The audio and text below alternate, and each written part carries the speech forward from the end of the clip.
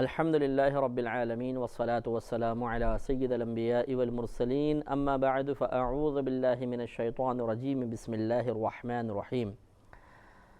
سورہ زخرف چل رہی تھی اور اس کے تقریباً 70 آیات کی تفسیر مکمل ہو چکی تھی۔ 71ویں آیت کے بارے میں ہم عرض کر رہے تھے، اس کی تفسیر بیان ہو رہی تھی۔ اللہ تبارک و تعالیٰ نے ارشاد فرمایا یطاف علیہم،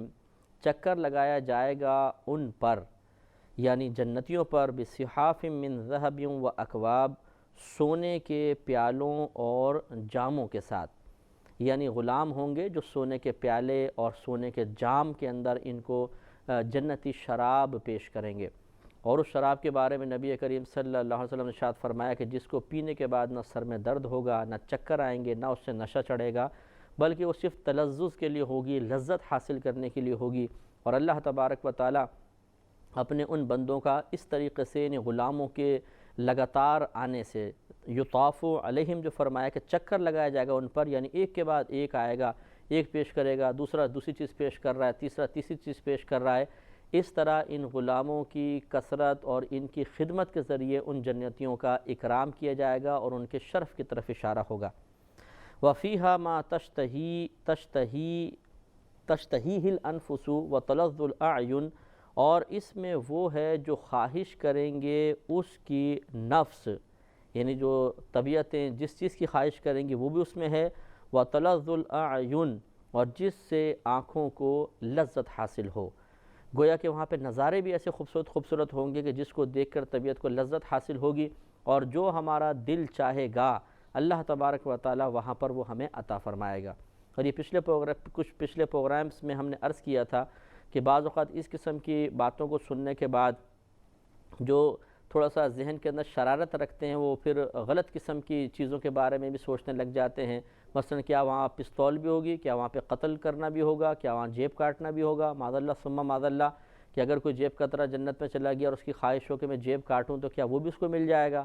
تو پہلی بات تو یہ کہ اس قسم کے مذاق نہیں کرنے چاہیے، کیونکہ جب اللہ تبارک و تعالیٰ کے احکام، اللہ تبارک و تعالیٰ کی جانب سے خبریں بیان ہو رہی ہوں تو اس وقت سنجیدگی درکار ہے۔ اس وقت مذاق کرنا، ہنسی مذاق اڑانا یا مذاق کا اظہار کرنا یہ کفار کا طریقہ تھا، اور اللہ تبارک و تعالیٰ اس پر یقیناً غضب نازل فرماتا ہے کہ اس کی آیات جب بیان کی جائے تو ان کو مذاق کا نشانہ بنایا جائے۔ اس میں ایمان کی بربادی کا سامان بھی ہو سکتا ہے، لہٰذا بہت زیادہ احتیاط کی ضرورت ہے۔ تو وہاں پر جو ہے ہم نے آپ کو عرض کیا تھا کہ وہاں نہ تو شیطان ہوگا، نہ حقیقتاً وہاں ہمارا نفس ہوگا، تو وہاں پاکیزگی ہی پاکیزگی ہوگی، تو حرام اور فضول قسم کی کوئی چیز ذہن کے اندر نہیں آئے گی، کیونکہ حرام عموماً شیطان کی طرف سے ترغیب شدہ ہوتا ہے اور فضول چیزوں کی ترغیب نفس دیتا ہے۔ جب یہ دونوں نہیں ہوں گے تو یقیناً پھر وہاں پہ صرف کام کی بات ہوگی، اچھی بات ہوگی، لہذا نہ تو کوئی گناہ کا خیال ذہن کے اندر آئے گا، یعنی غلط قسم کا خیال جو دنیا کے اندر گناہ کہلاتا تھا، اور نہ فضول قسم کے اوٹ پٹانگ خیالات آئیں گے، بلکہ پاکیزگی ہی پاکیزگی ہوگی اور اچھے اور پاکیزہ خیال ذہن میں آئیں گے۔ وَأَنْتُمْ فِيهَا خَالِدُونَ، اور تم اس میں ہمیشہ رہو گے۔ وَتِلْكَ الْجَنَّةُ الَّتِي أُورِثْتُمُوهَا بِمَا كُنْتُمْ تَعْمَلُونَ، اور یہ جنت ہے وہ جس کے تم وارث کیے گئے، بِمَا كُنْتُمْ تَعْمَلُونَ، اس سبب سے کہ جو تم کیا کرتے تھے، یعنی جو تم نے اعمال کیے اس کے بدلے میں اللہ تبارک و تعالیٰ نے تمہیں یہ انعامات عطا فرمائی، یہ جنت عطا فرمائی۔ اب یہ دیکھیے یہ اللہ تعالیٰ بیان فرما رہا ہے، اللہ تعالیٰ کا بیان فرمانا بالکل حق ہے کہ ہمیں ہمارے اعمال کے بدلے میں جنت عطا کی جائے گی، یہ اللہ کی طرف سے خبر ہے، لیکن ہمارے نبی کریم صلی اللہ علیہ وسلم نے ہمیں یہ سمجھایا کہ ہم اپنے اعمال پر بھروسہ نہ کریں بلکہ اللہ تبارک و تعالیٰ کی رحمت پر بھروسہ رکھیں۔ لہذا نبی کریم صلی اللہ علیہ وسلم نے ارشاد فرمایا کہ کوئی بھی شخص اپنے اعمال کی بنا پر جنت میں نہیں جائے گا بلکہ صرف اللہ کی رحمت سے داخل جنت ہوگا۔ تو صحابہ کرام علیہم رضوان نے عرض کی یا رسول اللہ صلی اللہ علیہ وسلم کیا آپ بھی؟ تو فرمایا کہ ہاں میں بھی صرف اپنے رب کی رحمت سے جنت میں جاؤں گا۔ معلوم یہ ہوا کہ یہ اللہ کی مرضی ہے کہ وہ ہمارے دخول جنت کو کس طرف منسوب کرے، یہ اس کی مرضی ہے، لیکن نبی کریم صلی اللہ علیہ وسلم نے ہمیں سمجھایا کہ خوب نیک عمل کرنے کے باوجود اپنے نیک اعمال پہ بھروسہ نہ کرو، بلکہ صرف اور صرف اپنے رب کی رحمت پر بھروسہ رکھو، کیونکہ یہ بالکل حقیقی بات ہے کہ اگر میدان محشر میں اللہ تبارک و تعالیٰ نے نعمتوں کا حساب لینا شروع فرما دیا اور اس نعمتوں کے شکر میں کوتاہی کی بنا پر نیکیاں ختم کرنے لگا تو بڑے بڑے نیک اعمال ختم ہو سکتے ہیں۔ لہٰذا اللہ تعالیٰ اپنی رحمت سے، اپنے کرم سے ہمارے حساب و کتاب میں آسانی فراہم کرے گا اور ہم اپنے نیک اعمال کو محفوظ لے کر جنت میں چلے جائیں گے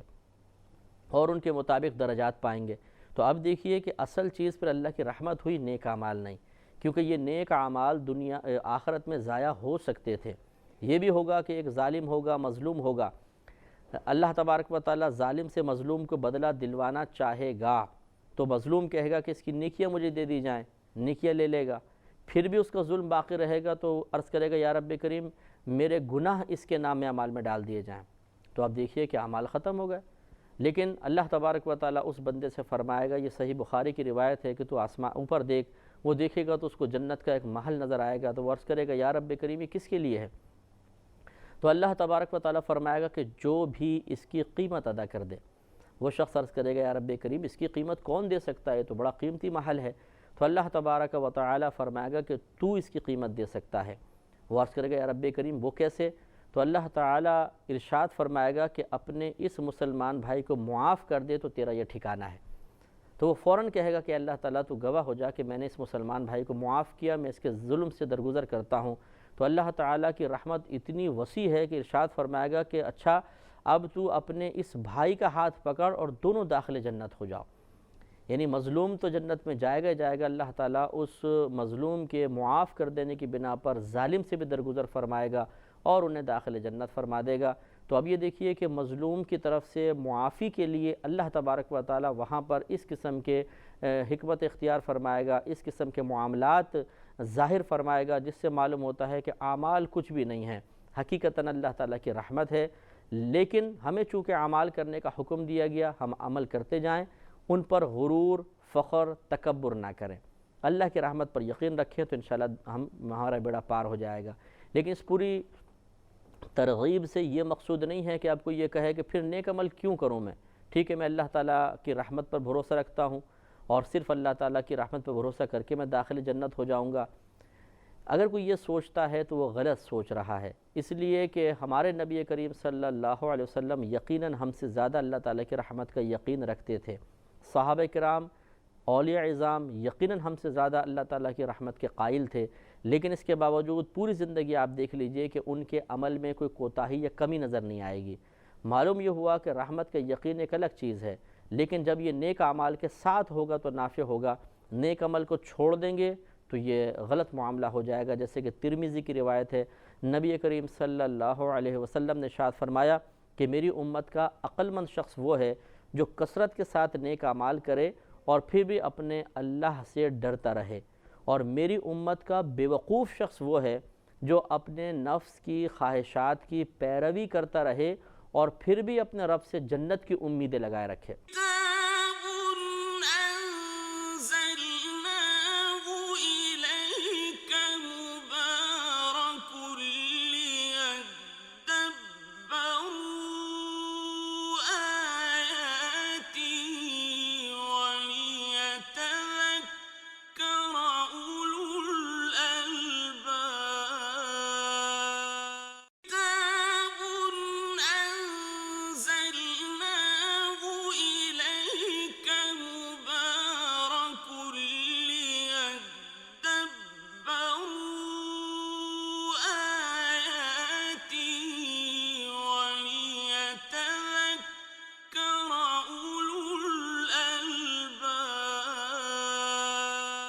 تو آپ دیکھ لیجئے صراحتاً اس میں نبی کریم صلی اللہ علیہ وسلم نے ایسے شخص کو بیوقوف قرار دیا ہے جو نیک عمل کو چھوڑ کر یہ سوچے کہ بس اب مجھے جنت مل جائے گی۔ یہ غلط ہے۔ اگر آپ کو فصل حاصل کرنی ہے تو زمین کو نرم کر کے بیج تو لگانا ہی پڑے گا۔ بغیر بیج لگائے اور بغیر زمین کو نرم کیے، بغیر کھاد ڈالے اگر کوئی شخص زمین پر بیٹھ جائے کہ چلو اب پودے نکلیں گے، درخت لگ جائیں گے، پھر اس میں پھل لگیں گے، میں بیچ کے کروڑ پتی بن جاؤں گا، تو یہ اس کا ایسا خواب ہے جو کبھی شرمندہ تعبیر نہیں ہو سکتا۔ ہاں یہ الگ بات ہے کہ اللہ تبارک و تعالیٰ ایک تو مثال ہم دے رہے ہیں، ورنہ اللہ کی رحمت تو بہت وسیع ہے۔ اللہ تعالیٰ چاہے تو ایک سبحان اللہ کے بدلے میں کسی کی بخشش کر دے، لیکن اس کا وعدہ نہیں ہے کہ تم سبحان اللہ کہو گے تو میں بخشش کر دوں گا، یہ اس کی مرضی ہے۔ جب اس کی رحمت جوش میں آئے کسی کے لیے انعام عطا فرما دے تو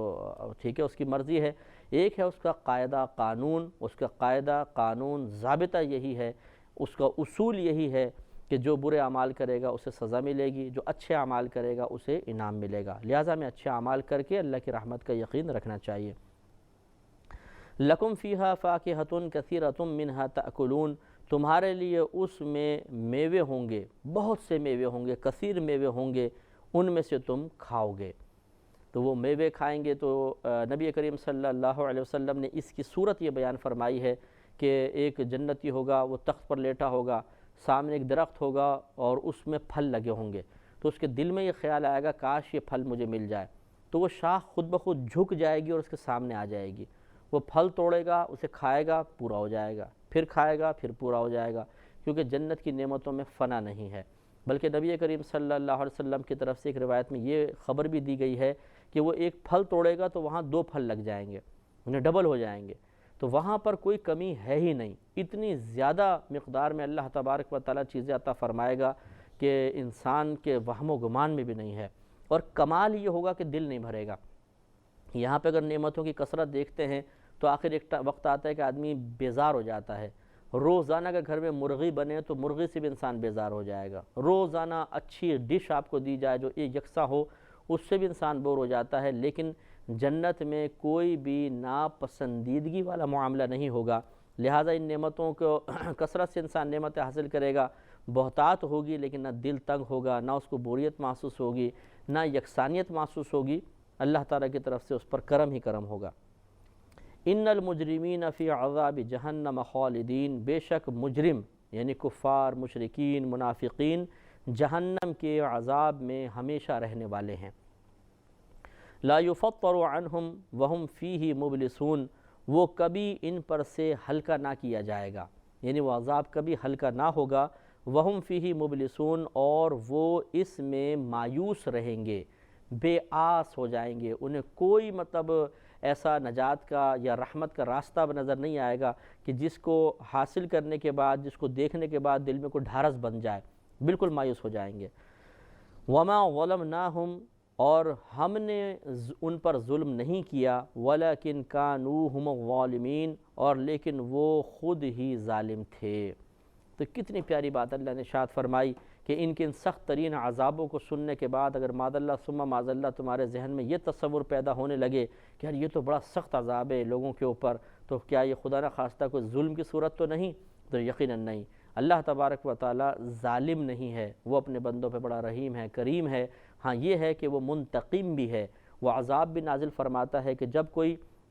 اس کا کہنا نہیں مانتا ہے، اللہ تعالیٰ نے نبی بھیجے، آسمانی کتابیں بھیجیں، سمجھانے والے بھیجے، اس کے باوجود اگر کوئی نہیں مانتا اور کفر پر اڑا رہتا ہے تو یقیناً وہ مستحق سزا ہے۔ جس طریقے سے اگر آپ کی فیکٹری میں کوئی آپ کا نوکر ہے، وہ وقت پر نہیں آتا، نقصان کرتا ہے، آپ کا کہنا مانتا ہی نہیں ہے، تو یہ کیسے ہو سکتا ہے کہ آپ اسے نوکری پر رکھیں؟ یقیناً آپ اس کو فیکٹری سے نکال دیں گے، آفس سے نکال دیں گے۔ اب اگر کوئی آپ کو بولے یار تم تو بڑے ظالم آدمی ہو، غریب آدمی کو نکال رہے ہو، تو یقینی سی بات ہے کہ آپ بطور دلیل اس کا عمل پیش کریں گے کہ میرا یہ عمل بالکل حق بجانب ہے، میں نے اس پر ظلم نہیں کیا، یہ خود اپنے اوپر ظلم کرنے والا ہے کہ غربت کے باوجود یہ نہ ڈیوٹی پر آتا ہے، نہ صحیح کام کرتا ہے، تو اس کو عقل لینی چاہیے تھی، اس کو عقل حاصل کرنی چاہیے تھی، اس کو اپنے اعمال کی اصلاح کرنی چاہیے تھی، ہمارا کیا قصور؟ تو یقیناً ہر سننے والا کہے گا کہ آپ بالکل ٹھیک کہہ رہے ہیں، قصور اسی کا ہے۔ تو پھر ادھر کفار کے معاملے میں معاذ اللہ ان عذابات کو سننے کے بعد یہ سوچنا یا شیطانی وسوسے کو قبول کر لینا کہ تو بڑی ظلم کی صورت ہے، غلط ہے، اللہ تعالیٰ ظالم نہیں ہے۔ ان کفار کا یہی انجام ہونا چاہیے کہ جو اپنے رب کو ساری زندگی جھوٹا کہتے رہیں، رب کے رسولوں کو جھوٹا کہتے رہیں، آسمانی کتابوں کو جھوٹا کہتے رہیں، تبلیغ دین کرنے والوں کو جھوٹا کہتے رہیں، اور جھوٹ اور غلط بات کو حق اور سچ کہتے رہیں، ان کی سزا یہی ہے کہ وہ ہمیشہ ہمیشہ عذاب میں جلتے رہیں۔ وَنَادَوْا، اور وہ ندا دیں گے، یا مالکو، اے مالک، یہ جہنم کے داروغہ کا نام ہے، تو وہ جہنمی کہیں گے اب کیا کریں؟ کیسے عذاب سے بچیں، کھالیں جل رہی ہوں گی، خون پینے کو ملے گا، پیپ ملے گی، جسم سے ان کے غلاظتیں نکل رہی ہوں گی، بدبو، سخت عذاب، آگ، سانپ، بچھو، اتنا شدید عذاب ہوگا جس کی کوئی انتہا نہیں۔ تو وہ آپس میں مشاورت کریں گے کہ کیا کریں، تو وہ کہیں گے چلو ایسا کرتے ہیں کہ جہنم کے داروغہ سے کہتے ہیں کہ وہ ہمارے لیے دعا کرے کہ اللہ تبارک و تعالی ہمیں موت عطا فرما دے۔ تو یہ وہ اس کا بیان ہے، اور یہ حدیثوں میں بھی مضامین اس قسم کے آئے ہیں۔ وَنَادَوْا، اور وہ ندا دیں گے، یا مالکو، اے مالک، لِيَقْضِي عَلَيْنَا رَبُّكَ، چاہیے کہ فیصلہ کر دے ہم پر تیرا رب، یعنی ہمارا کام تمام کر دے، ہمیں موت عطا فرما دے۔ قال، تو مالک ارشاد فرمائیں گے، اور نبی کریم صلی اللہ علیہ وسلم کے فرمان عالی شان کے مطابق یہ آپ کا جواب 1000 سال کے بعد ہوگا، کہ جب وہ ندا کریں گے 1000 سال تک اس کے بعد جلتے رہیں گے، پھر مالک جو ہیں اس کا جواب دیں گے۔ قال، وہ کہیں گے، انکم ماکثون، کہ بے شک تم ٹھہرنے والے ہو، تم تو یہیں ٹھہرنے والے ہو، تمہیں بالکل نکلنے کا کوئی ٹھکانہ نہیں ملے گا، اور نہ تمہیں موت آئے گی کہ تمہارا کام تمام ہو جائے۔ تو 1000 سال تک انتظار کے بعد جب مالک کی جانب سے یہ ندا کی جائے گی تو آپ غور فرمائیں کہ کس قدر مایوسی بڑھے گی۔ لَقَدْ جِئْنَاكُمْ بِالْحَقِّ، ضرور بے شک ہم لائے ہیں تمہارے پاس حق کو۔ تمہارے پاس لائے ہیں، مراد یہ ہے کہ ہم نے تمہارے پاس حق کو بھیجا ہے، نبیوں کے ذریعے اور وحی کے ذریعے ہم نے حق کو تم تک پہنچایا ہے۔ وَلَكِنَّ أَكْثَرَكُمْ لِلْحَقِّ كَارِهُونَ، اور لیکن تم میں سے اکثر حق کو ناپسند کرنے والے ہیں۔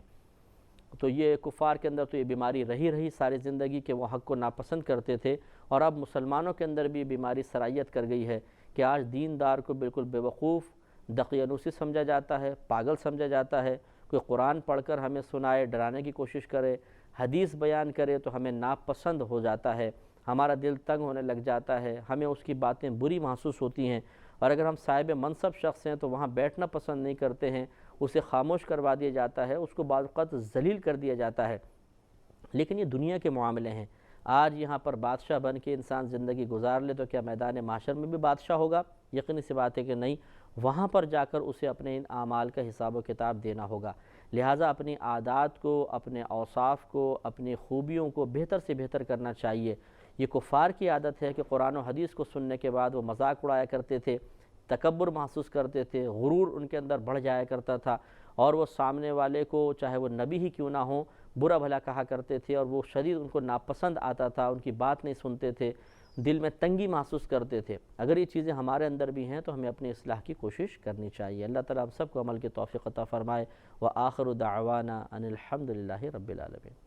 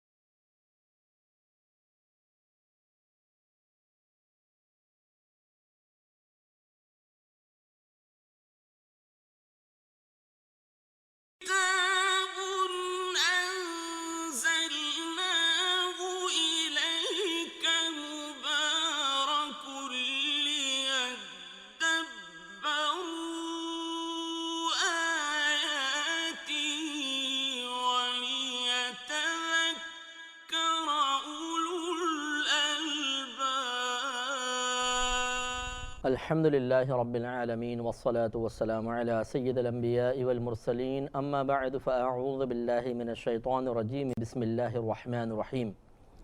سورہ زخرف چل رہی تھی اور اس کی تقریباً 78 آیات کی تفسیر ہم کر چکے تھے۔ اس میں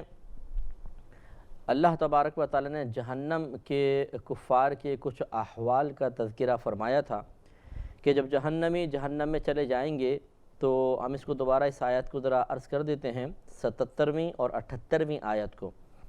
اللہ تعالیٰ نے فرمایا کہ وَنَادَوْا، تو وہ کفار پکاریں گے، ندا کریں گے، یا مالکو، اے مالک۔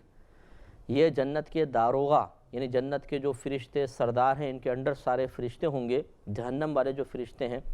یہ حضرت مالک رضی اللہ تعالی عنہ ہیں، یہ وہاں پر موجود ہوں گے تو ان کو وہ ندا کریں گے کفار، یا مالکو لیقضی علینا ربک،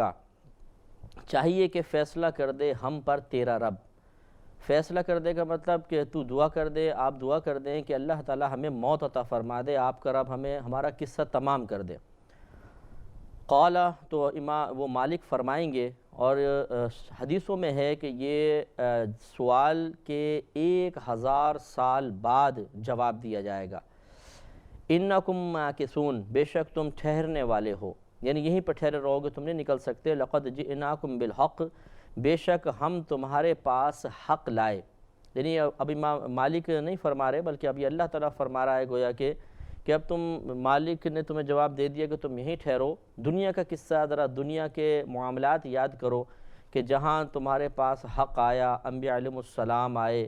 آسمانی کتابیں آئیں، پھر ہر دور میں تمہیں سمجھانے والے بھیجے جاتے رہے، ان کا انتخاب ہوتا رہا،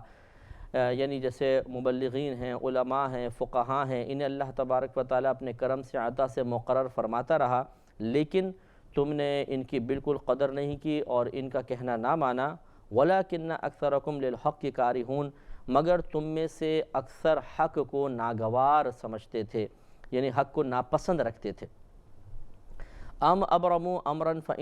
فإنا مبرمون، کیا انہوں نے اپنے خیال میں کوئی کام پکا کر لیا ہے؟ یعنی اللہ تبارک و تعالیٰ کے کہنے کا مقصود ہے کفار جو ایمان لے کر نہیں آ رہے تو کیا یہ اپنے گمان میں کسی ایسے کام کو ذہن میں بٹھا کر لے کے بیٹھے ہوئے ہیں کہ اس کی وجہ سے یقیناً ہماری گرفت نہیں ہوگی اور ہم بچ جائیں گے اللہ کی گرفت سے؟ اگر ایسا ہے تو یقیناً غلط ہے۔ ام یحسبون انا لا نسمع سرهم ونجواهم، یا پھر اللہ نے پہلے فرمایا کہ ام ابرموا امرا، کیا انہوں نے اپنا کام پختہ کر لیا ہے، فإنا مبرمون، یا ہم اپنا کام پکا کرنے والے ہیں، یعنی انہوں نے اپنا انتظام کر لیا ہے یا اب ہم ان کے اوپر کوئی معاملہ کرنے والے ہیں، دنیاوی عذاب یا اخروی عذاب۔ اور پھر شاید فرمایا ام یحسبون، کیا وہ یہ گمان کرتے ہیں، انا کہ بے شک ہم لا نسمع سرهم، کہ ہم ان کی سرگوشیاں نہیں سنتے، ونجواہم، اور ان کے آپس کے خفیہ مشورے، یعنی کیا یہ سمجھتے ہیں کہ ہم جو آپس میں خفیہ مشورے کر رہے ہیں، نبی کریم صلی اللہ علیہ وسلم کے خلاف ہم جو منصوبہ بندی کرتے ہیں، پلاننگ کرتے ہیں، کیا اللہ تبارک و تعالی اس پر مطلع نہیں ہے؟ بلا، ہاں کیوں نہیں۔ وَرُسُلُنَا لَدَيْهِمْ يَكْتُبُونَ، اور ہمارے فرشتے ان کے پاس لکھ رہے ہیں، یعنی اللہ تبارک و تعالی بھی ان پہ براہ راست مطلع ہے، اور اللہ نے اپنے فرشتوں کو مقرر کر دیا ہے جنہیں کرامن کاتبین کہتے ہیں کہ یہ ہمارے اور ان سب کے نامہ اعمال کو مرتب کر رہے ہیں۔ جیسے انسان کو جملہ زبان سے نکالتا ہے، کوئی تصور اس کے ذہن میں آتا ہے، اس سب کو وہ لکھ لیا کرتے ہیں۔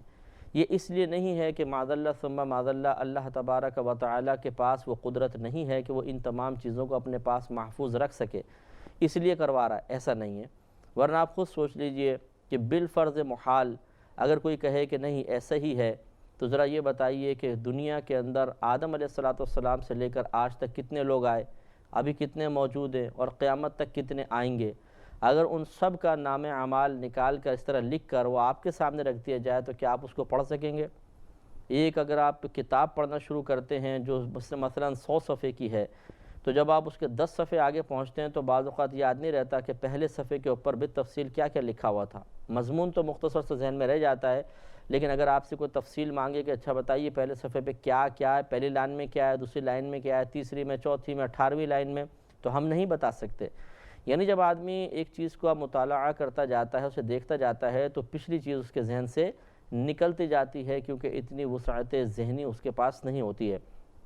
تو اگر اللہ تبارک و تعالی کے بارے میں معاذ اللہ ثم معاذ اللہ کو یہ گمان کرے کہ وہ براہ راست بندوں کے اعمال و افعال کو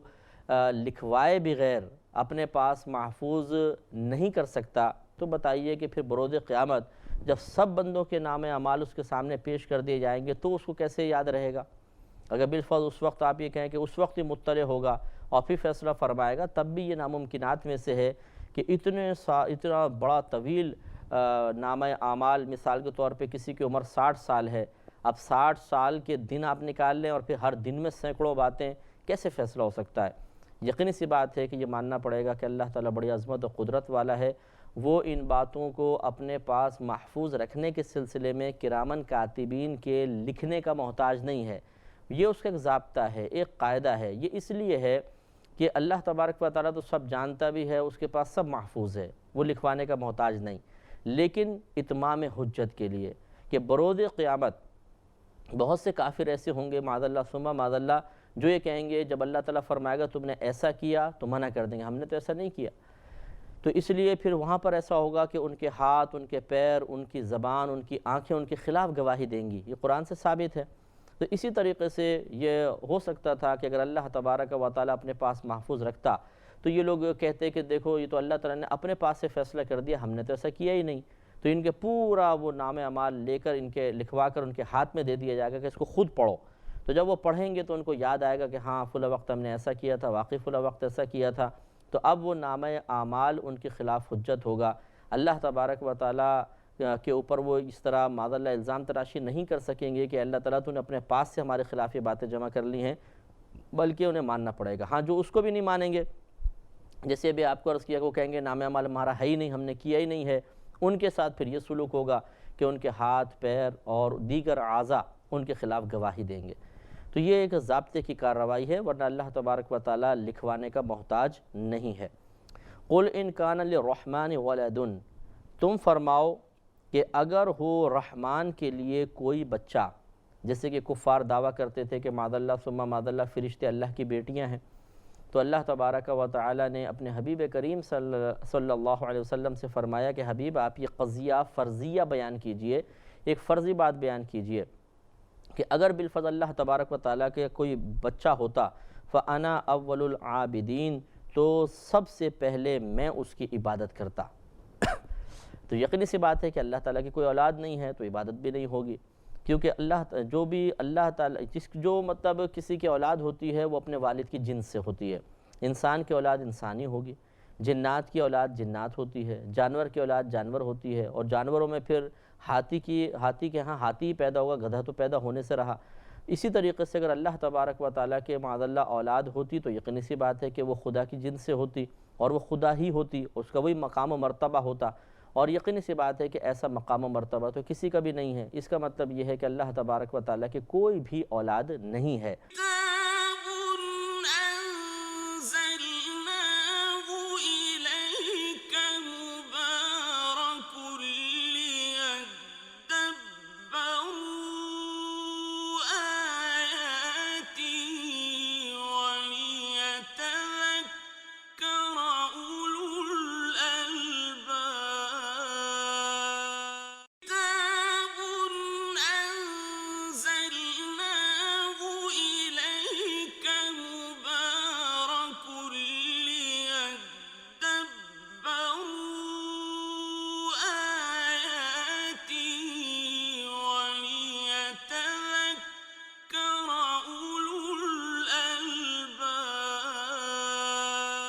تو نبی کریم صلی اللہ علیہ وسلم سے اللہ تعالیٰ نے ارشاد فرمایا کہ قُلْ إِنْ كَانَ لِلرَّحْمَنِ وَلَدٌ، اے حبیب کریم صلی اللہ علیہ وسلم آپ ان کفار سے فرما دیجئے کہ اگر الرحمن کے لیے، اللہ تبارک و تعالیٰ کے لیے کوئی اولاد ہوتی فَأَنَا أَوَّلُ الْعَابِدِينَ، تو میں تمام عبادت کرنے والوں میں سے سب سے پہلا ہوتا کہ میں اس کی عبادت کرتا۔ لیکن سبحان رب السماوات والارض رب العرش عما یصفون، پاک ہے آسمانوں اور زمین کا رب، عرش کا رب ان تمام باتوں سے جس کے ساتھ یہ اللہ تبارک و تعالیٰ کو موصوف کرنے کی کوشش کر رہے ہیں۔ تو اللہ تعالیٰ بالکل اولاد سے پاک ہے۔ اللہ تبارک و تعالیٰ نے قرآن عظیم میں جو سورہ اخلاص کو نازل فرمایا، اس نے بالکل واضح طور پہ بتا دیا کہ اللہ تبارک و تعالیٰ ایک ہے، اس کا کوئی شریک نہیں، نہ وہ کسی کے اولاد، نہ اس کی کوئی اولاد، اس کا کوئی ہم نظیر، اس کا کوئی ہم پلہ دنیا میں ہے ہی نہیں۔ تو اس لیے یہ اولاد کا جو دعویٰ کر رہے ہیں، اگر بالفضل اللہ تبارک و تعالیٰ کے معاذ اللہ ثم معاذ اللہ اولاد تسلیم کر لی جائے تو بتاؤ کہ وہ اولاد کہاں ہے کہ جو اللہ کی ہی جنس سے ہونی چاہیے، اور پھر اس کی عبادت بھی یقینی سی باتیں ہونی چاہیے، لیکن ایسا پوری کائنات میں کوئی دکھا نہیں سکتا۔ اس کا مطلب یہ ہوا کہ ان کا دعویٰ بلا دلیل ہے، اور دعویٰ بلا دلیل باطل ہوا کرتا ہے۔ فَذَرْهُمْ، تو اے حبیب کریم صلی اللہ علیہ وسلم آپ ان کو چھوڑ دیجئے، یخوضوا ویلعبوا، کہ یہ اسی طرح کی بیہودہ باتیں کریں اور کھیل کود میں مصروف رہیں، حتیٰ یلاقوا یومہم الذی یوعدون، یہاں تک کہ یہ اس دن سے ملاقات کریں جس کا ان سے وعدہ کیا گیا ہے، یعنی بروز قیامت۔ تو یہ چھوڑنے کا مطلب یہ تھا اس زمانے میں کہ ان سے اعراض کریں، درگزر کریں۔ پھر جب آیات جہاد نازل ہوئیں تو یہ آیت منسوخ ہو گئی۔ تو اپنے حبیب کریم صلی اللہ علیہ وسلم سے اللہ تبارک و تعالیٰ نے ارشاد فرمایا کہ ابھی حکمت کا تقاضا یہی ہے کہ ان سے تعرض نہ کیا جائے، ان کی باتوں کو آپ دل میں ناپسند فرمائیں، ان افعال سے، ان اقوال سے یقیناً نفرت رکھیں، لیکن ان کو چھوڑ دیجئے ان کے حال پر۔ یہ کچھ بھی بیہودہ باتیں کریں، کھیل کود میں اپنی زندگی کو ضائع کریں، تو پھر ہم ان کو بروز قیامت ان کی گرفت کریں گے اور سخت عذاب میں مبتلا کریں گے۔ اس سے معلوم ہوا کہ اگر آپ یہ سمجھتے ہیں کہ سامنے والا آپ کی تبلیغ کے جواب میں اور سرکشی کا مظاہرہ کرے گا، فتنہ فساد ہوگا، وہ صبر و تحمل نہیں کر پائے گا، ہو سکتا ہے معاذ اللہ ثم معاذ اللہ کلمات کفر بھی زبان سے نکال دے، اس وقت زبردستی اس کو تبلیغ کرنا یہ خلاف حکمت ہوتا ہے۔ گھروں کے اندر جو بچے بچیاں، لڑکے لڑکیاں، جو بھائی بہنیں تبلیغ دین کا فریضہ سر انجام دینے کے سلسلے میں شدت کو اختیار کرتے ہیں، انہیں بہت ہی توجہ کرنے کی ضرورت ہے۔ بعض اوقات آپ ایک اچھا کام کر رہے ہیں، اس سے کوئی انکار نہیں کر رہا، لیکن خلاف حکمت طریقے سے جب آپ کریں گے تو گھر والوں کو اپنا دشمن بنا بیٹھیں گے، انہیں اپنا مخالف بنا بیٹھیں گے، اور یقینی سی بات ہے جب گھر والے مخالف بن گئے، ایک دفعہ وہ آپ کے مد مقابل آ گئے تو مد مقابل کی اصلاح کرنا بہت مشکل ہے، کہ دشمن کی بات کوئی نہیں مانتا۔ جس سے دل میں کینہ بیٹھ جائے اس کی بات کون تسلیم کرتا ہے؟ تو آپ کو تو اپنی محبت ان کے دل میں پیدا کرنی ہے تاکہ وہ آپ کی بات کو تسلیم کریں، نہ یہ کہ آپ ڈنڈا اٹھا لیں اور تلوار اٹھا کر یہ قصد کریں کہ اب ہم ان کو چھوڑیں گے نہیں، ہماری بات ماننی پڑے گی۔ یہ مناسب نہیں ہے، یہ رویہ ٹھیک نہیں ہے۔ اس لیے بڑے پیار اور محبت اور صبر و تحمل کے ساتھ تبلیغ دین ہوتی ہے۔ جو صبر و تحمل نہ کر سکے، جس کا غصہ بہت زیادہ ہو، جو بات بات پہ تھوڑی غلطی پر زیادہ سیخ پا ہو جانے کی عادت رکھتا ہو، اسے چاہیے کہ وہ کچھ عرصے کنارہ کشی اختیار کر کے پہلے اپنے اعمال و افعال کی اصلاح کرے، اپنی طبیعت کو، اپنے باطن کو اپنے قابو میں کرے، اس کے بعد تبلیغ دین کا فریضہ سر انجام دے۔ بعض ہمارے نادان بھائی بہن حضرت عمر فاروق رضی اللہ تعالی عنہ کے عمل کو بنیاد بناتے ہیں کہ دیکھیں جی وہ بھی تو کتنے جلالی تھے، وہ درہ اٹھا لیا کرتے تھے بات بات پر۔ تو جی ہاں، وہ عمر فاروق تھے، آپ عمر فاروق نہیں ہیں رضی اللہ تعالی عنہ۔ وہ امیر المومنین تھے اور آپ امیر المومنین نہیں ہیں۔ وہ صحابی تھے، آپ غیر صحابی ہیں۔ ان کا اپنے ایک مقام، مرتبہ، وقار تھا، اور وہ اپنی اس تبلیغ دین میں نفسانی خواہش کے تابع نہیں تھے۔ ہمارے ساتھ بہت سارے معاملے ایسے ہوتے ہیں کہ ایک کسی کو سمجھاتا ہے، وہ بات نہ مانے سامنے والا، ہمیں اتنا فیل نہیں ہوتا، لیکن جب ہم اسے سمجھاتے نہیں مانتا تو غصہ آنے لگ جاتا ہے۔ تو یہ کیوں وجہ فرق؟ ابھی آپ نے غور کیا کہ یہ فرق کیوں ہوا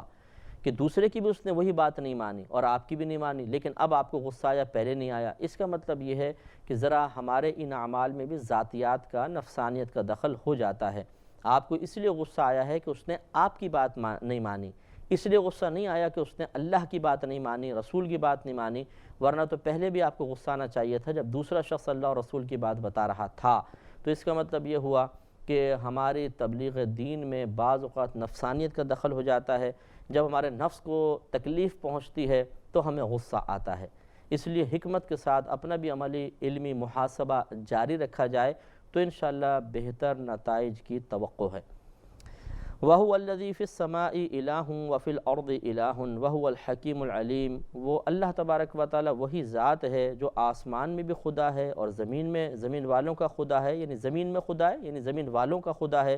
وَهُوَ الْحَكِيمُ الْعَلِيمُ، اور وہی حکمت والا، علم والا ہے۔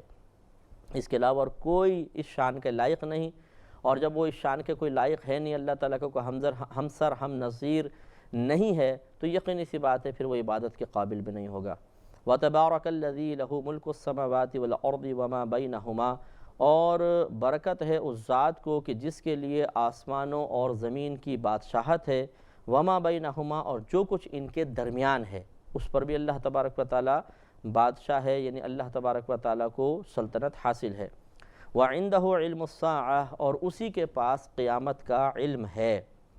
وَإِلَيْهِ تُرْجَعُونَ، اور اسی کی طرف تم لوٹائے جاؤ گے۔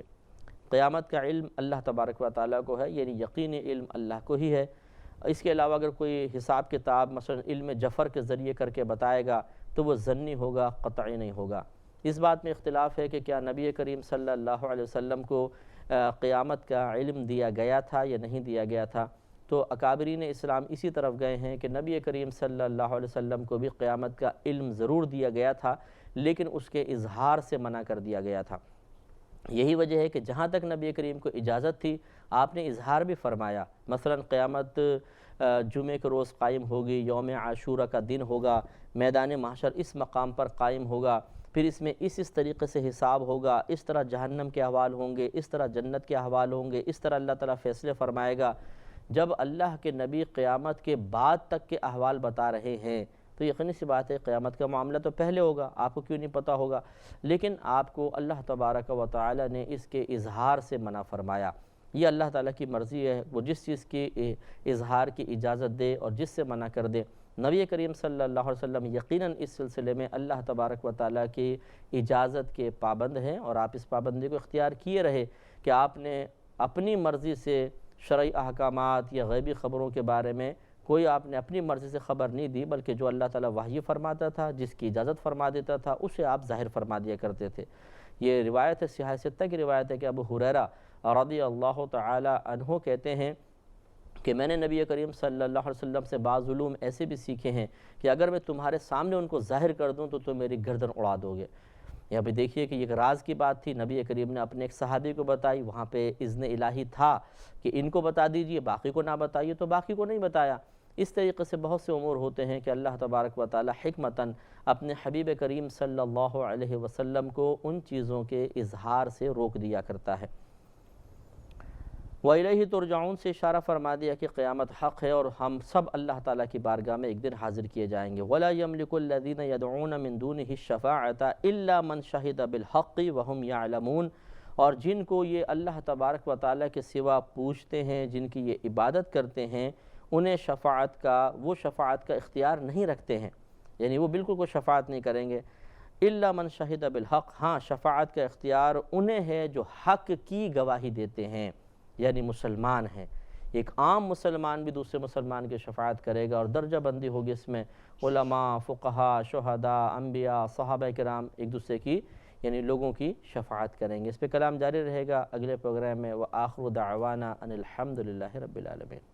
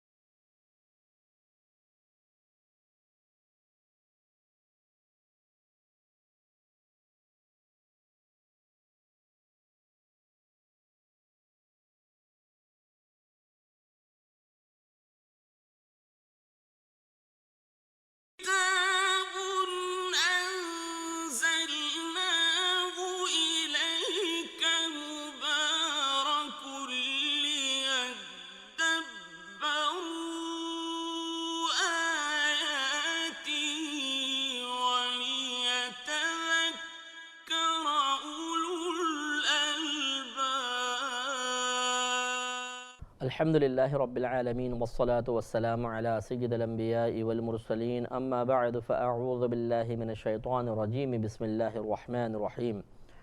سورہ زخرف چل رہی تھی، اس کی 86ویں آیت کی تفسیر ہو رہی تھی۔ اس میں اللہ تعالیٰ نے ارشاد فرمایا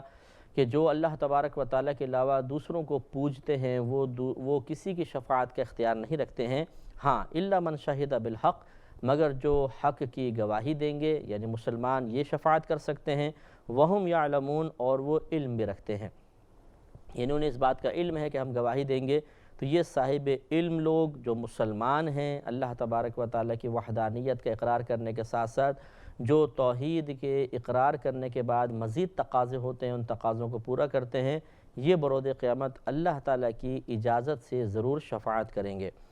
وَلَئِن سَأَلْتَهُم مَّنْ خَلَقَهُمْ، اور اے حبیب کریم صلی اللہ علیہ وسلم ضرور اگر آپ ان سے سوال کریں کہ تمہیں کس نے پیدا کیا ہے، لَيَقُولُنَّ اللَّهُ، تو یہ ضرور کہیں گے کہ اللہ تبارک و تعالی نے، فَأَنَّا يُؤْفَكُونَ، تو پھر یہ کہاں اوندھے گرتے جا رہے ہیں۔ یعنی جب ان کو اتنا شعور تو ہے کہ یہ ہمیں اللہ تبارک و تعالی نے پیدا کیا ہے، کوئی کافر اس کا غالباً انکار نہیں کرتا کہ مجھے اللہ نے پیدا نہیں کیا، وہ سب مانتے ہیں کہ چاہے نام دوسرا رکھ دیں، وہ خود اللہ نہ کہیں، کوئی بھی نام رکھ دیں، لیکن وہ اللہ تبارک و تعالی کے وجود کو تسلیم کرتے ہیں کہ اللہ تبارک و تعالی نے ہمیں پیدا کیا۔ خرابی یہ لازم آتی ہے، یعنی خرابی یہاں لازم آتی ہے کہ جب اللہ تبارک و تعالیٰ کو اپنا رب تسلیم کر لیتے ہیں یا یہ کہہ لیتے ہیں کہ اللہ تعالیٰ نے ہمیں پیدا کیا، تو اس رب کی بات نہیں مانتے ہیں۔ مسلمان اس رب کی بات مانتا ہے اس طریقے سے کہ جو پھر عقیدہ اللہ کی طرف سے بیان ہوا، مثلا اللہ تعالیٰ فرمائے کہ یہ میرے رسول ہیں، ان کی اطاعت کرو، تو ہم انہیں رسول بھی مانیں گے، اطاعت بھی کریں گے۔ اللہ تعالیٰ فرمائے گا کہ یہ میری آسمانی کتابیں ہیں، ہم کہیں گے ٹھیک ہے، اللہ نے فرمایا تو یہ آسمانی کتابیں بھی ہیں۔ اللہ تعالیٰ فرمائے گا کہ میرے علاوہ کسی کی عبادت نہ کرو، تو ہم کہیں گے اس نے ہمیں پیدا کیا، ہمارا رب ہے، جس کی عبادت نہیں کرنے کا حکم دے رہا یقیناً ہم اس کی عبادت نہیں کریں گے۔ اور یہ تمام جو باتیں ہیں اللہ تعالیٰ کی عقیدوں کا بیان ہے، اس قرآن میں موجود ہے۔ لہذا معلوم یہ ہوا کہ اللہ تبارک و تعالیٰ کے خالق ہونے کا صرف اعتراف کر لینا کافی نہیں ہے، اس کے بعد اس خالق نے جن عقائد پر ایمان رکھنے کا حکم دیا ان کے تقاضے کے مطابق عمل کرنا، یعنی ان باتوں کو جاننا، ان کا یقین حاصل کرنا، پھر اس پہ استقامت رکھنا، یہ انتہائی ضروری ہے۔ تو گویا کہ ہم نے اللہ تبارک و تعالیٰ کو اپنا خالق و مالک ہونے کا حق ادا کر دیا۔ وَقِيلِهِ يَا رَبِّ إِنَّ هَؤُلَاءِ قَوْمٌ لَا يُؤْمِنُونَ، مجھے رسول کے اس کہنے کی قسم، وَقِيلِهِ، اور مجھے رسول کے اس کہنے کی قسم کہ اے میرے رب یہ لوگ ایمان نہیں لاتے۔ یعنی نبی کریم صلی اللہ علیہ وسلم نے جب یہ ارشاد عرض کی کہ یا رب کریم یہ لوگ مجھ پر ایمان نہیں لاتے، تو اللہ تبارک و تعالی نے اس قول کی قسم یاد فرمائی، یعنی اتنا وہ اللہ تبارک و تعالی نے اس کو عظمت دی، اور پھر تسلی عنایت فرمائی کہ فَاصْفَحْ عَنْهُمْ، تو اے حبیب کریم آپ ان سے درگزر فرمائیے، وَقُلْ، اور آپ فرمائیے سلام، سلام،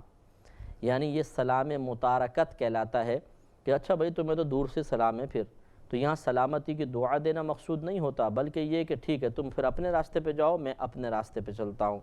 سلام متارکت کا اشارہ ہے یا اس کی تلقین ہے، اے حبیب آپ انہیں سلام متارکت فرمائیں، فَسَوْفَ يَعْلَمُونَ، تو ان قریب یہ لوگ جان جائیں گے۔ تو الحمدللہ یہاں تک ہماری سورہ زخرف کا اختتام ہوا ہے، اور اب انشاءاللہ سورہ دخان شروع ہوگی۔ یہ بھی مکی صورت ہے اور اس کی 59 آیات ہیں، 59 ہیں، بالکل مختصر سی آیات ہیں۔ اور جیسے کہ آپ کو اکثر معلوم ہے کہ مکی آیات وہ ہوتی ہیں یا مکی صورتیں وہ ہوتی ہیں جو ہجرت نبوی صلی اللہ علیہ وسلم سے پہلے نازل ہوئیں، اور ان میں اکثر ہمارے عقائد کا بیان ہوتا ہے۔ بسم اللہ الرحمن الرحیم، حامیم، حروف مقطعات میں سے بارہا اس کی وضاحت ہوئی۔ والکتاب المبین،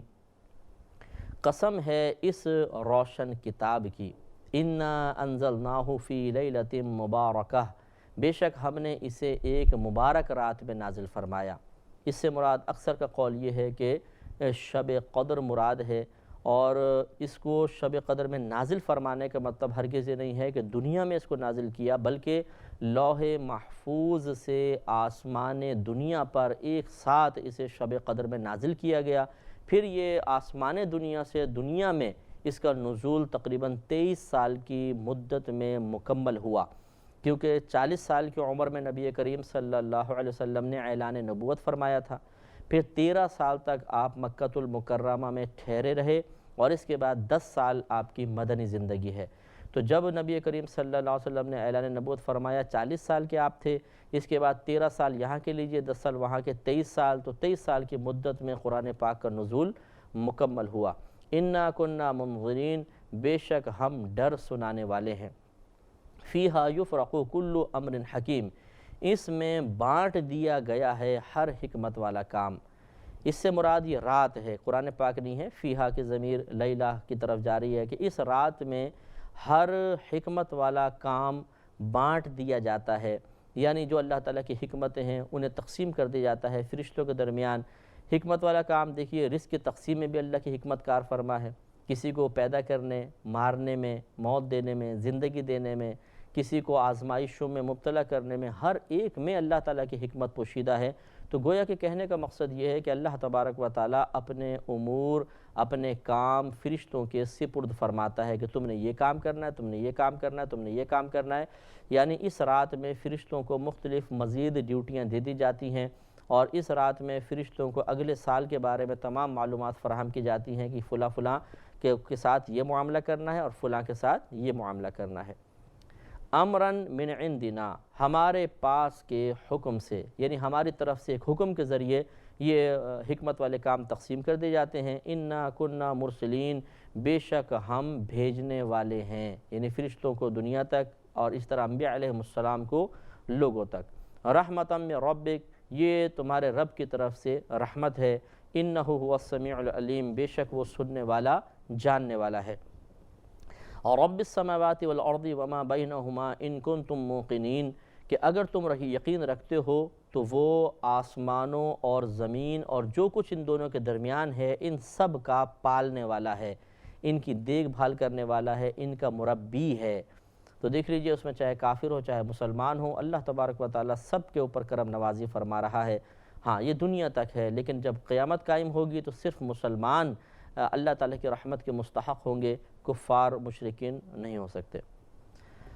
لا الہ الا ہوا یحیی و یمیت، نہیں ہے کوئی معبود مگر وہی، وہ زندہ کرتا ہے اور مارتا ہے۔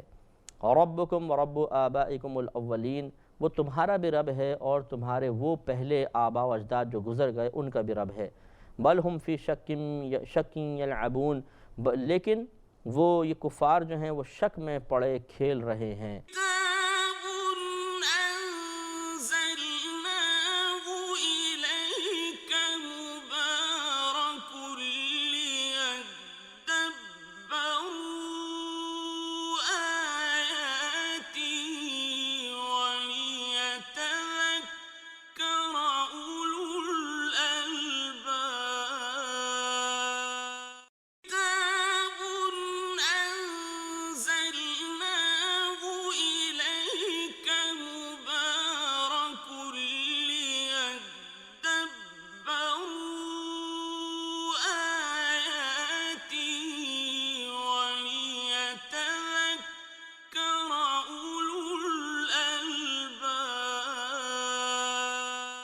یعنی کھیل کود میں مصروف ہیں، شکوک و شبہات میں گرفتار ہیں، حالانکہ اللہ تبارک و تعالیٰ ان کا بھی رب ہے اور ان سے پہلے جو ان کے آباء و اجداد گزرے ان کا بھی مربی اللہ تبارک و تعالیٰ ہی تھا۔ فارتقب یوم تأتی السماء بدخان مبین، تو تم اس دن کے منتظر رہو، انتظار کرو اس دن کا جب آسمان ایک واضح دھواں لائے گا، یغشی الناس، کہ لوگوں کو ڈھانپ لے گا۔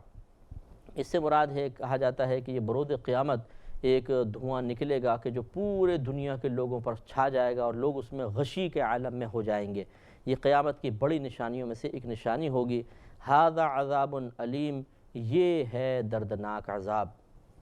ربنا اکشف عنا العذاب انا مؤمنون، اس دن وہ کہیں گے، اب یہ جملہ کفار کا ہے کہ ربنا، اے ہمارا رب، اکشف، تو کھول دے، عنا، ہم سے، العذاب، اس عذاب کو، انا مؤمنون، ہم ایمان لانے والے ہیں۔ یعنی اس وقت بھی وہ غلط بیانی کریں گے، ایمان لے کر نہیں آئیں گے، لیکن اتنے گھبرا جائیں گے کہ وہ تسلیم کریں گے کہ اللہ تبارک و تعالیٰ کی طرف سے عذاب ہے تو ہمیں ایمان لانا چاہیے۔ انا لہم الذکریٰ، کہاں سے ہو انہیں نصیحت ماننا، وقد جاءہم رسول مبین، حالانکہ ان کے پاس ایک واضح رسول تشریف لائے ہیں۔ یعنی ان کی عقلیں اتنی خراب ہیں کہ کہاں سے ان کو نصیحت حاصل ہوگی کہ یہ بات تسلیم نہیں کرتے ہیں۔ اللہ تبارک و تعالیٰ واضح طور پہ جو غیبی خبریں عنایت فرماتا ہے، جس کا ظہور ان کی زندگی میں ہو رہا ہے، یہ اپنی آنکھوں سے دیکھ رہے ہیں۔ اللہ تبارک و تعالیٰ بہت سارے معاملات پہ قوی دلیلیں فراہم کر رہا ہے، جس کے مقابلے میں یہ عاجز آ جاتے ہیں، ان کے ذہن کام کرنا چھوڑ دیتے ہیں، انہیں تسلیم کیے بغیر اور کوئی چارہ نہیں رہتا ہے، اس کے باوجود یہ نصیحت نہیں مانتے ہیں۔ ثم تولوا عنہ، پھر اس سے رو گرداں ہوئے، وقالو، یعنی نبی کریم صلی اللہ علیہ وسلم سے اپنا چہرہ ان لوگوں نے پھیر لیا، وقالو، اور بولے، معلم مجنون، کہ معاذ اللہ یہ سکھائے ہوئے مجنون ہیں۔ یعنی وہ کہتے تھے کہ معاذ اللہ ثم معاذ اللہ ان پہ جنات آ جاتے ہیں تو ان نبی پہ بے ہوشی سے غشی سے طاری ہو جاتی ہے، اور اسی غشی کے دوران یہ جنات ان کو بہت کچھ معلومات دے کے چلے جاتے ہیں، تو یہ معاذ اللہ معلم تو ہیں، معلم ہیں، یعنی ان کو سکھایا گیا ہے، لیکن مجنون ہیں، ان پہ جنات کی وجہ سے جنون بھی طاری ہو جاتا ہے۔ اِنَّا کاشف العذاب قلیلا انکم عائدون، ہم کچھ دنوں کو کچھ دنوں کے لیے عذاب کھول دیتے ہیں، یعنی ان پر عذاب نہیں آنے دیتے۔ انکم عائدون، تم پھر وہی کرو گے، یعنی مقصد یہ ہے کہ اگر ان پر عذاب نازل کیا جائے تو یہ اللہ تعالیٰ کی طرف میلان کی کوشش کریں گے، جیسے اوپر انہوں نے کہا کہ انا مؤمنون، ہم ایمان لانے والے ہیں، لیکن جب اللہ تعالیٰ ان سے کچھ دنوں کے لیے بھی عذاب کھول دے تو ساری پچھلی باتیں بھول جائیں گے اور دوبارہ اپنے انہی غلط کاموں کی طرف لوٹ جائیں گے، کفر کی طرف لوٹ جائیں گے۔ یوم نبطش البطشۃ الکبریٰ، جس دن ہم سب سے بڑی گرفت میں ان کو گرفتار کریں گے، انا منتقمون، بے شک ہم بدلہ لینے والے ہیں، یعنی جس دن ہم ان کو پکڑیں گے بڑی گرفت میں، اس دن پھر یہ لوٹنے کا مسئلہ نہیں ہوگا، عذاب کے کھلنے کا مسئلہ نہیں ہوگا، ان کو مہلت دیے جانے کے مسائل یا وہ معاملات ختم ہو جائیں گے، اب گرفت کا ہی صرف معاملہ ہوگا۔ وَلَقَدْ فَتَنَّا قَبْلَهُمْ قَوْمَ فِرْعَوْنَ وَجَاءَهُمْ رَسُولٌ كَرِيمٌ أَنْ أَدُّوا إِلَيَّ عِبَادَ اللَّهِ، کہ تم اللہ کے بندوں کو میرے سپرد کر دو۔ یہ حضرت موسیٰ علیہ السلام کا واقعہ پہلے بھی بیان ہوا کہ موسیٰ علیہ السلام فرعون کے پاس تبلیغ کے لیے اللہ کے حکم سے تشریف لائے۔ آپ کی قوم بنی اسرائیل کو فرعون اور اس کی قبطی قوم تھی، اس نے اپنا غلام بنایا ہوا تھا۔ تو یہاں مختصر واقعہ بیان ہوا ہے کہ موسیٰ علیہ السلام نے آ کر کہا کہ یہ قوم میرے سپرد کر دو، اللہ کا حکم یہی ہے تاکہ میں اپنی قوم کو لے کر چلا جاؤں۔ انی لکم رسول امین، بے شک میں تمہارے لیے ایک امانت والا رسول ہوں۔ وَأَلَّا تَعْلُوا عَلَى اللَّهِ، اور اللہ تعالیٰ کے مقابل سرکشی نہ کرو۔ انی آتیکم بسلطان مبین، بے شک میں لایا ہوں تمہارے پاس ایک روشن نشانی، روشن سند، اور وہ آپ کے معجزات تھے کہ دیکھو یہ میرے روشن سندیں ہیں، روشن علامات ہیں، واضح علامات ہیں کہ میں اللہ تبارک و تعالیٰ کی طرف سے بھیجا گیا ہوں، لہٰذا میرا یقین مانتے ہوئے اس قوم کو میرے حوالے کر دو۔ وَإِنِّي عُذْتُ بِرَبِّي وَرَبِّكُمْ أَن تَرْجُمُونَ، اب جب آپ نے یہ جملہ بولا تھا کہ تم ان کے میرے حوالے کر دو، تو انہوں نے کہا کہ ہم تمہارے حوالے نہیں کریں گے اور ہم تمہیں پتھر مار مار کر ہلاک کر دیں گے۔ اس پر پھر یہ آیت ہے، یعنی یہ اللہ تعالیٰ نے حضرت موسیٰ علیہ السلام کے قول کو یہاں نقل فرمایا، وَإِنِّي عُذْتُ بِرَبِّي، اور بے شک میں پناہ مانگتا ہوں اپنے رب کی، وَرَبِّكُمْ، اور تمہارے رب کی، یعنی جو میرا رب تمہارا بھی رب ہے، تو میں اللہ تعالیٰ کی پناہ میں آتا ہوں، أَن تَرْجُمُونَ، کہ تم مجھے سنگسار کرو۔ وَإِن لَّمْ تُؤْمِنُوا لِي فَاعْتَزِلُونِي، اگر تمہیں میرا یقین نہیں ہے تو مجھ سے کنارہ کش ہو جاؤ، مجھے چھوڑ دو، علیحدہ ہو جاؤ مجھ سے۔ لیکن وہ نہیں باز آئے اور انہوں نے ارادہ کیا کہ حضرت موسیٰ علیہ السلام پر سختی کی جائے، تو پھر آگے اللہ نے ارشاد فرمایا فَدَعَا رَبَّهُ أَنَّ هَؤُلَاءِ قَوْمٌ مُجْرِمُونَ، تو دعا کی حضرت موسیٰ علیہ السلام نے اپنے رب سے کہ بے شک یہ ایک مجرم قوم ہے۔ لہٰذا جب مثلا مجرم قوم میں اور بھی مقولہ تھا پورا آپ کا، لیکن وہ اتنا مختصر اللہ تعالیٰ نے یہاں پہ بیان فرمایا کہ انہوں نے اور بھی دعا کی ہوگی کہ اللہ تعالیٰ ہمیں نجات عطا فرما اور اس قوم سے ہمیں دور کر دے۔ فَأَسْرِ بِعِبَادِي لَيْلًا إِنَّكُمْ مُتَّبَعُونَ، ہم نے حکم فرمایا کہ میرے بندوں کو راتوں رات لے کر نکل جاؤ، متبعون، انکم متبعون، کہ بے شک تمہارا ضرور پیچھا کیا جائے گا، یعنی تم ان کو لے کے نکل جاؤ چپ چاپ، لیکن یہ تمہارے پیچھے آئیں گے۔ اب یہ بیچ کا واقعہ چھوڑ دیا گیا ہے کہ موسیٰ علیہ السلام نکلے قوم کے ساتھ۔ اب یہ غور کریں کہ جانور بھی لے کے چلے، چرندے پرندے جو ان کے تھے، تو یقینی سی بات ہے گائے بھینس بکری کتنی بولتی ہیں، لیکن اللہ تعالیٰ کا حکم سے کوئی ان کو پتہ نہ چلا، حتیٰ کہ حضرت موسیٰ علیہ السلام کافی فاصلے پر نکل گئے، تب اللہ تعالیٰ نے ان کو جاگنے کی یا کچھ ہوش و حواس میں آنے کی توفیق عطا فرمائی۔ اب وہ سارے کے سارے جاگے، شور مچ گیا کہ بنی اسرائیل تو بھاگ گئے ہیں۔ اب انہوں نے پیچھا کیا، اور یہ واقعہ پیچھے گزر چکا ہے کہ دریا پر پہنچنے کے بعد حضرت موسیٰ علیہ السلام نے اللہ کے حکم سے اپنا عصا مبارکہ مارا، تو 12 راستے اس دریا سے اس میں پیدا ہو گئے، کیونکہ آپ کے 12 قبائل تھے، تو آپ نے ان ہر ایک قبیلے کو ایک راستے پہ ڈال دیا اور یہ سب کے سب دریا سے پار چلے گئے۔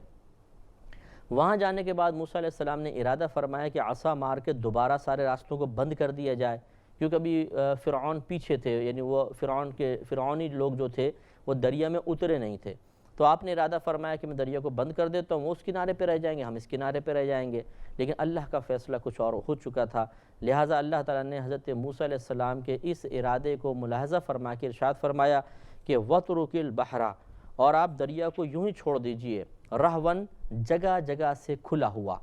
یعنی جو 12 راستے بنے ہوئے ہیں آپ اس کو اسی طرح چھوڑ دیجئے۔ اِنَّهُمْ جُنْدٌ مُغْرَقُونَ، بے شک وہ جو پیچھے ایک لشکر آ رہا ہے وہ ایک ایسا لشکر ہے جسے غرق کیا جائے گا، وہ غرق ہوں گے۔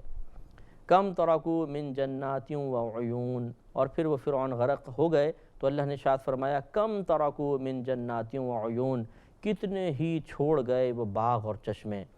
فرعونی غرق ہو گئے، سارے کے سارے بے وقوف پیچھے چل پڑے تھے اور سب کے سب وہاں پر غرق ہو گئے۔ چشمے پیچھے ہیں، پانی کے بہترین باغات ہیں، وہ سب کے سب ایسے پڑے ہوئے ہیں۔ وَزُرُوعٍ وَمَقَامٍ کریم، اور کھیت اور عمدہ مکانات سب پیچھے رہ گئے۔ وَنَعْمَةٍ كَانُوا فِيهَا فَاكِهِينَ، اور نعمتیں جن میں وہ بڑے فارغ البال تھے۔ ویسے ترجمہ ہے كَانُوا فِيهَا فَاكِهُونَ کہ وہ اس میں پھل والے تھے، مراد یہ ہے کہ وہ نعمتوں والے تھے۔ اللہ تعالیٰ نے ان کو ایسے ایسی نعمتیں عطا فرمائی تھیں کہ بالکل فارغ الذہن تھے، کوئی ٹینشن نہیں، کوئی فکر نہیں تھی، اتنی نعمتوں کی فراوانی تھی۔ لیکن جب کوئی قوم اللہ تبارک و تعالیٰ کی عطا کردہ اس قسم کی نعمتوں کی قدر نہیں کرتی ہے تو اللہ تعالیٰ ان سے ان نعمتوں کو چھین کر اسی قسم کے پھر عذابات میں مبتلا فرما دیتا ہے۔ تو یہاں میری قوم سے مراد کافر قوم ہے کہ ان کے ساتھ ایسے ہوا۔ مسلمانوں کے ساتھ معاملہ یا آج کل کے کفار کے ساتھ معاملہ الگ ہے کہ اگر ہم کوئی نعمتوں کے ناشکر پن میں گرفتار ہوتے ہیں تو ایسا نہیں ہے کہ اللہ تعالیٰ ہمیں کسی عذاب میں مبتلا فرمائے۔ اللہ تعالیٰ چاہے گا تو آخرت میں اس کی گرفت فرمائے گا اور چاہے گا تو درگزر فرما لے گا، لیکن دنیا میں اب اس امت پر اجتماعی عذابات نہیں آ سکتے ہیں۔ کذالک، ہم نے یوں ہی کیا، یعنی معاملہ اسی طرح جیسے ہم نے بیان کر دیا۔ وَأَوْرَثْنَاهَا قَوْمًا آخَرِينَ، اور ہم نے فرعونیوں کا وارث ایک دوسری قوم کو کر دیا، یعنی بنی اسرائیل اس پہ غالب آ گئے۔ فَمَا بَكَتْ عَلَيْهِمُ السَّمَاءُ وَالْأَرْضُ وَمَا كَانُوا مُنظَرِينَ، تو ان پر آسمان اور زمین نے بکا نہ کیا، یعنی آسمان اور زمین ان فرعونیوں پر نہ روئے۔ یہ اصل میں اشارہ ہے جو حدیث میں خود نبی کریم صلی اللہ علیہ وسلم نے بیان فرمایا کہ جب کسی مومن موحد کا انتقال ہوتا ہے تو آسمان بھی اس پر روتا ہے، زمین بھی اس پر روتی ہے، آسمان والے اس پر روتے ہیں، زمین والے اس پر روتے ہیں۔ تو گویا کہ اللہ تعالیٰ نے بیان فرمایا کہ فرعون اور اس کی قوم کے عقائد خراب تھے، لہٰذا ان پر کسی نے اظہار افسوس نہیں کیا اور یہ ہلاک و برباد ہو گئے۔ وآخر دعوانا ان الحمد للہ رب العالمین۔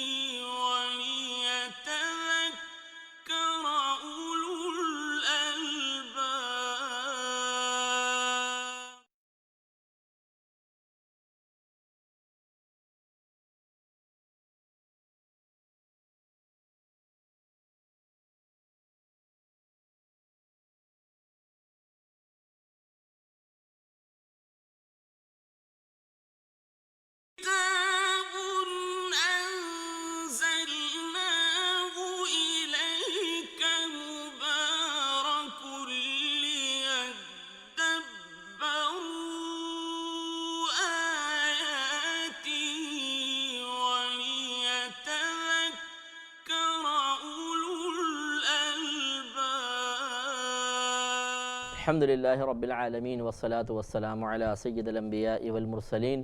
اما بعد فاعوذ باللہ من الشیطان الرجیم، بسم اللہ الرحمن الرحیم۔ سورہ دخان چل رہی تھی اور اس کی 29ویں آیت پر ہم پہنچے تھے۔ اللہ تبارک و تعالی نے اس میں ارشاد فرمایا کہ فما بکت علیہم السماء والارض، اور تو نہیں روئے ان پر یعنی فرعونیوں پر اور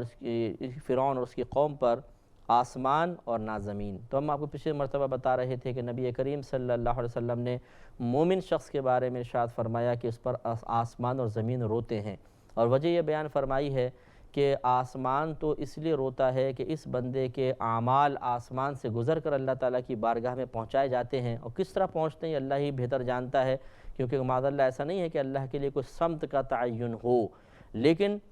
یہ عقل میں آنے والی باتیں نہیں ہیں۔ نبی کریم صلی اللہ علیہ وسلم نے جو الہیات کو بیان فرمایا جس انداز سے، یعنی اللہ تعالیٰ کی ذات و صفات کے بارے میں ہمیں معرفت عطا فرمائی، اس میں عقل کو روکنا بہت ضروری ہے۔ بعض چیزیں عقل قبول نہیں کر پاتی ہیں، اس میں عقل کا قصور ہے، ان چیزوں کا نہیں۔ تو جب اللہ تعالیٰ آسمان پر نہیں ہے تو ہمارے اعمال آسمان کی طرف کیوں جاتے ہیں؟ یہ اللہ کی مرضی ہے۔ تو یہ چونکہ ہمارے اعمال آسمان پر جاتے تھے، اب وہ شخص کا سلسلہ رک گیا تو آسمان منتظر ہوتا ہے، تو وہاں کے فرشتے پوچھتے ہیں زمینی فرشتوں سے کہ بھئی کیا وہ شخص کے اعمال آنا کیوں بند ہو گئے؟ تو بتایا جاتا ہے اس کا تو انتقال ہو گیا۔ اس پر وہ اظہار افسوس کرتے ہیں، اور زمین اس لیے روتی ہے کہ اس زمین پر رہتے ہوئے وہ بہت سارے نیک اعمال کرتا تھا، سجدے کرتا تھا، نمازیں پڑھتا تھا، تبلیغ دین کے لیے جاتا تھا، تو اب وہ تمام سلسلے رکتے ہیں تو زمین کو اپنی ایک سعادت سے محرومی پر افسوس ہوتا ہے، جس پر وہ اظہار غم کے لیے روتی ہے باقاعدہ اللہ کی اجازت سے۔ تو اللہ تعالیٰ نے ارشاد فرمایا کہ ان فرعونیوں پر نہ آسمان رویا اور نہ زمین روئی، یعنی یہ اس قابل ہی نہیں تھے کہ ان کے اوپر کوئی روتا۔ وما كانوا منظرین، اور انہیں مہلت نہ دی گئی۔ مہلت نہ دی گئی یعنی جب انہوں نے عذاب کو دیکھ لیا،